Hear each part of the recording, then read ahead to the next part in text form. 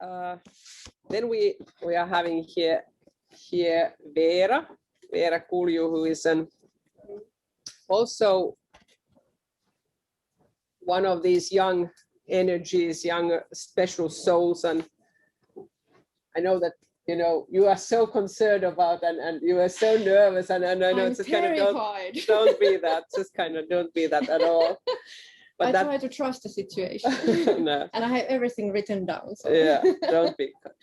But it's Veera is I learned to know Veera like just kind of a year ago, and sometimes you meet people who touch your soul from the first moment when they walk in, and Veera is this universal person in a way, like a Renaissance person with the different skills of working, but her knowledge about literature and books, we share the passion for books, which is that's something we have created together, the books which are here at the Glasshouse Helsinki. But she's a silently provocative and also daring and bold person, fragile, bold person, working with her hands with different materials, with the textiles, with ceramics, and have been working with these beautiful blankets for us as well, for Lokal. We also last year, we found a common interest as well. So that was astronomy. So when you don't know something, I think very few of us at least know about the stars in the planets or whatever. And I think that the more we know about the nature and the world, the more we understand it. And this is Veera. So I need to sort of make this magic about just sharing the presentation. So I'm trying to do it as smoothly as possible. Just a second. This is Veera, look at this.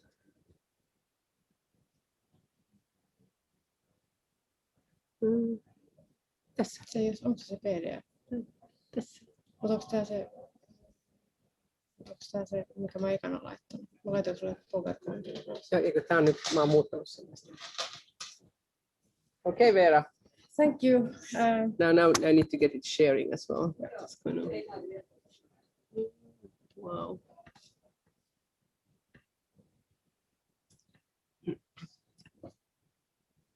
Here we are. Yes.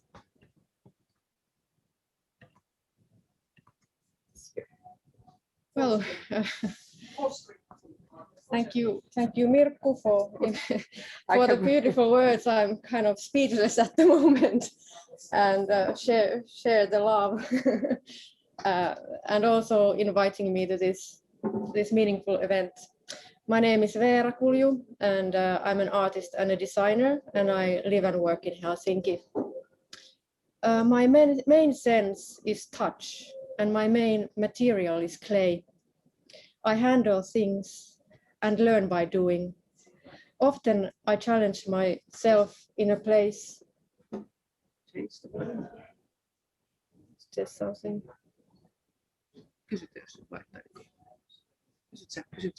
Does it change the picture, or is it still? Not yet, but maybe you can make it. Can you make it full screen, and then it should click? Sorry for the hassle. That's okay. If it's full screen, then.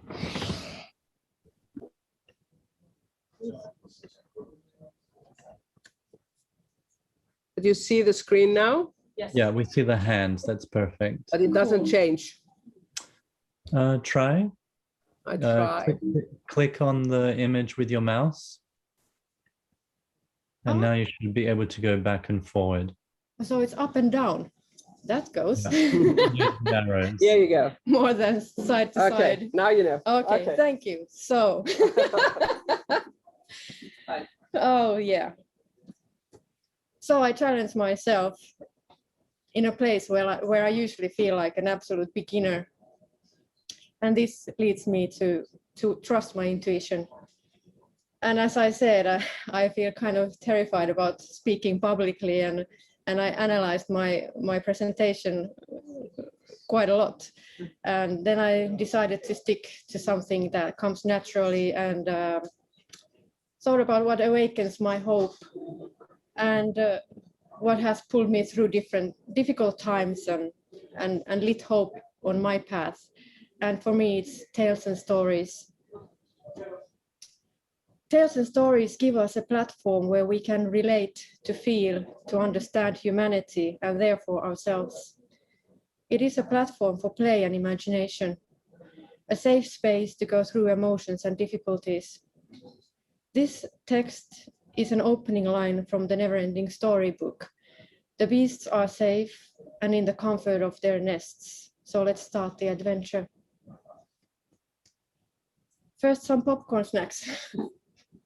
In popular culture, popcorn is a snack strongly associated with movies, children's parties, and nibbling while watching TV. It serves as a metaphor for detachment, being on the outside. Popcorn is eaten when events are watched from the sidelines, said my wise gallerist Veera Halmetoja. The ornaments are made by using real popcorn.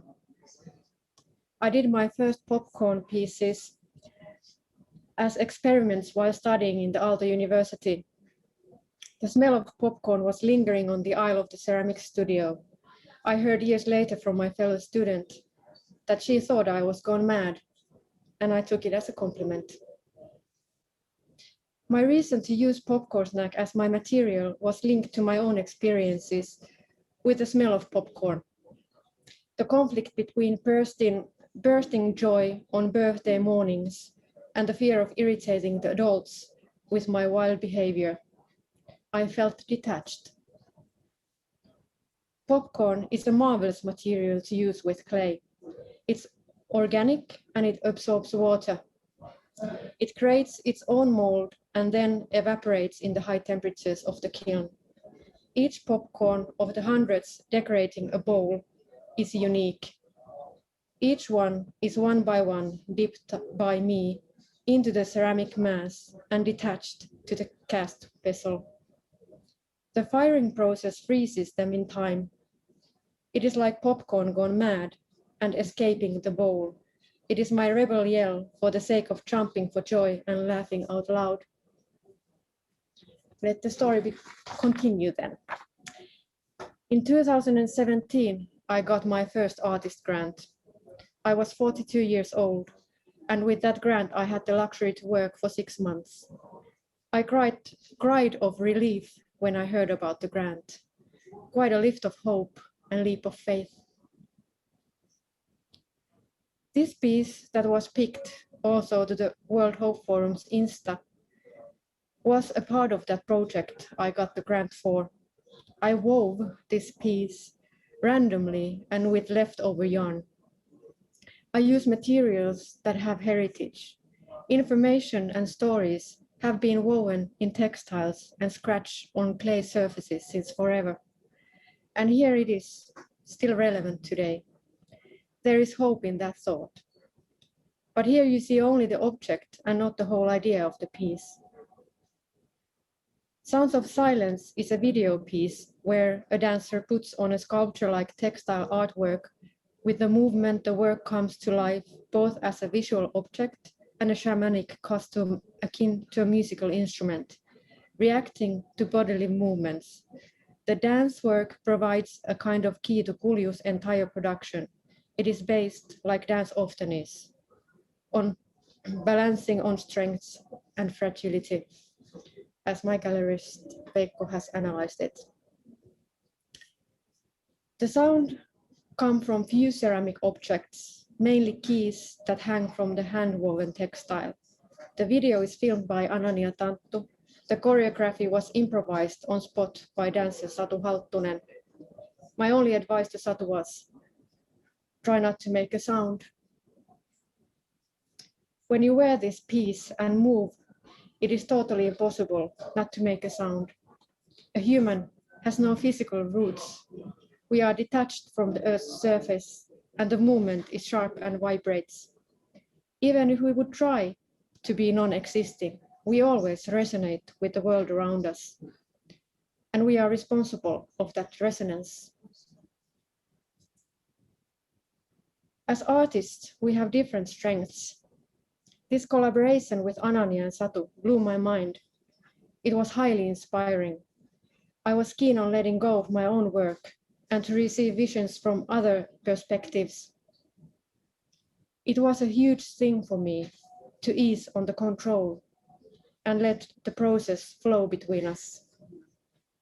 And yes, I said it felt like falling in love. The story of this piece continues today as it grew into a new sculpture from handling aggression and resonance in its own becoming a part of nature. Where I have always felt the most at ease. Here standing on a fallen tree pictured by my friend Aino. In the forest I can feel insignificant in a good way, as my friend Anni has said. In the woods we are part of existence and the natural cycle. I Am Forest was first of my forest-themed ceramic works, and it sneaked upon me. It basically forced itself out in the middle of another project. I was ashamed of it. I was not ready yet, but I felt right nevertheless. My identity had gotten stronger and the work started to follow that lead. Mirrors have been an important theme for me for a long time, but now I was ready for it. Anyway, when you stand before it, you see yourself, but not as you would in an ordinary mirror. You do see your outward appearance. What you see is your real innermost nature. If you want to go through, you have to, in a manner of speaking, go into yourself. Forever Forest was the first big mirror I made. Here the clay was a tool for a grieving process and carried me through heavy emotions. This piece is a gateway to a walk in a forest with my mother. She was diagnosed with Alzheimer's during this time, and I started to slowly let go.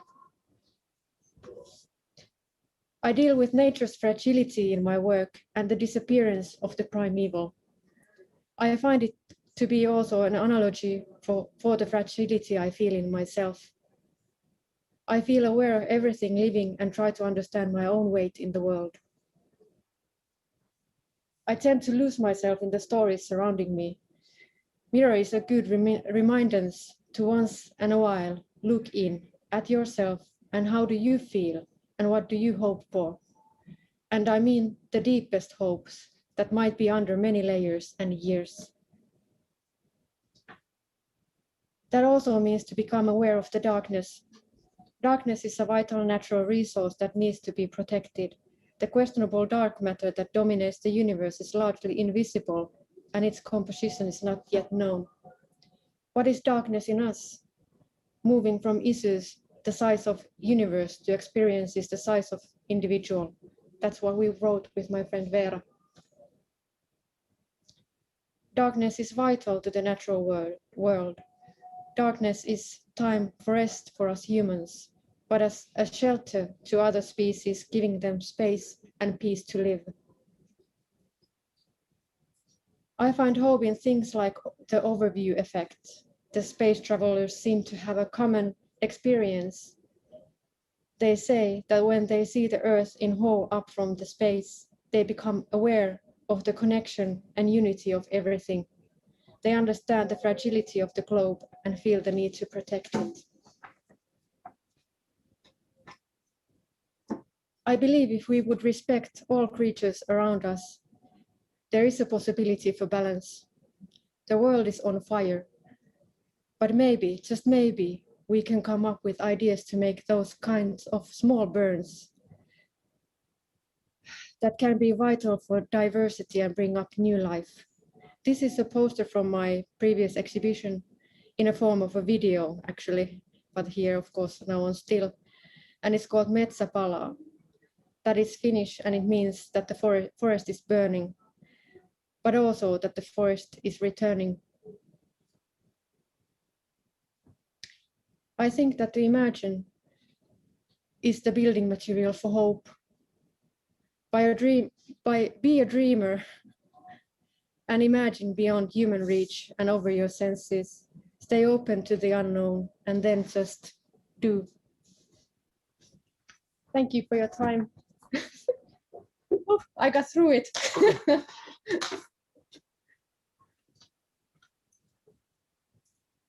Wasn't that beautiful? I